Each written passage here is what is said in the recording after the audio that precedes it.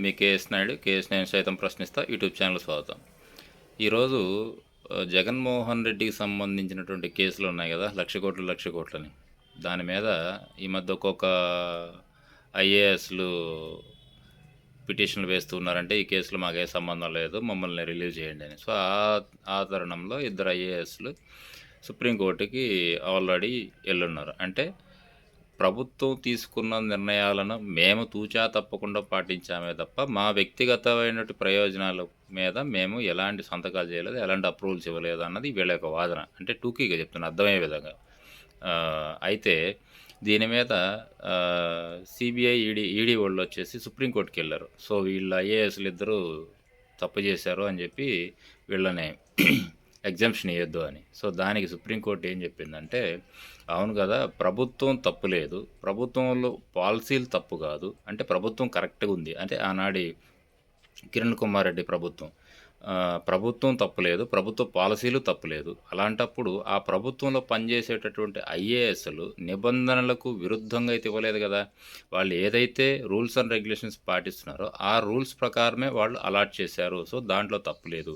ఇంకొకటి, ఒకవేళ ఆ తప్పు జరిగినప్పుడు మీరు ప్రభుత్వ దృష్టికి తీసుకెళ్ళిన తర్వాత అరెస్ట్ చేశారా లేదా అంటే లేదు. అంటే ప్రభుత్వం తప్పు చేయలేదని ఆడ డిక్లేర్ చేసిన తర్వాత అధికారులది తప్పు ఎట్లయితుంది అనే ఉద్దేశంతో ఈడీ కేసుని ఏదైతే సుప్రీంకోర్టుకి వెళ్ళారో దాన్ని కొట్టేసింది. దాంతో ఇప్పుడు జగన్మోహన్ రెడ్డి పూర్తిగా ఫ్రీ అయినట్టే.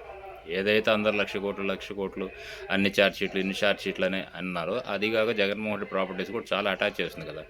ఇప్పుడు కొత్త వాదన ఏమొస్తుందంటే, జగన్మోహన్ రెడ్డి సంస్థల్లో పెట్టుబడులు పెట్టడం నేరమా కాదా, ఇదొక్కటే సమస్య. అవినీతి జరిగిందా లేదా పక్కన పెట్టండి, అవినీతి జరగలేదు అన్నటువంటిది ఆల్రెడీ ఆ రోజుల్లో ఉన్నటువంటి కాంగ్రెస్ గవర్నమెంట్ సీఎం కిరణ్ కుమార్ రెడ్డి మా ప్రభుత్వం తప్పు చేయలేదు, మా అధికారులు తప్పు చేయలేదని చెప్పి ఆ రోజు వాళ్ళు క్లీన్ చిట్ ఇచ్చిండ్రు. సో ప్రభుత్వం తప్పు చేయనప్పుడు ప్రభుత్వంలో పనిచేసేటటువంటి వ్యక్తులు తప్పు చేయరు అన్నది ఆటోమేటిక్గా.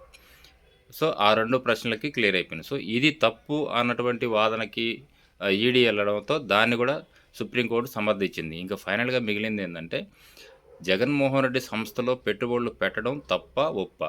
తప్పు అయితే అటాచ్మెంట్ అలానే ఉంటుంది, ఒప్పు అయితే జగన్మోహన్ రెడ్డి క్లీన్ చిట్తో బయటకు వస్తాడు. అంటే ఇప్పుడు దాకా మనం మాట్లాడినటువంటి మాటలన్నీ కూడా, చేసినటువంటి క్యాంపెయిన్ అంతా కూడా గాల్లో కొట్టుకోబోద్ది. ఇంకొకటి ఏంటంటే, ఇక్కడ ప్రతి ఒక్కరూ గుర్తించాల్సిన విషయం ఏంటంటే, జగన్మోహన్ రెడ్డి కంపెనీలో పెట్టుబడులు పెట్టినోళ్ళు ఏ ఒక్కరూ కూడా అఫీషియల్గా కంప్లైంట్ ఇవ్వాలి. అంటే నేను పలానా జగన్మోహన్ రెడ్డి కంపెనీలో పెట్టుబడి పెట్టాను, నాకు నష్టం వచ్చింది, నన్ను మోసం చేశాడు అని చెప్పి ఎవడు ఇలా.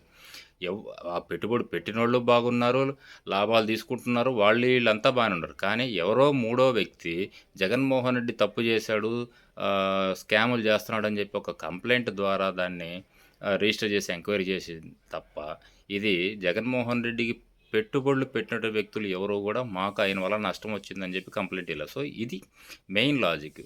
ఇదే పరిస్థితి కానీ కొనసాగితే రానున్న రోజుల్లో జగన్మోహన్ రెడ్డి క్లీన్ చిట్తో బయటకు వస్తాడు. కాబట్టి ఇది వైసీపీ వాళ్ళకి పండగే. కానీ ఇంతకాలం జగన్మోహన్ రెడ్డి మీద నిందలు వేసినటువంటి వాళ్ళందరికీ కూడా కొంచెం బాధాకరమైనటువంటి విషయం. కాబట్టి thank you, all the best.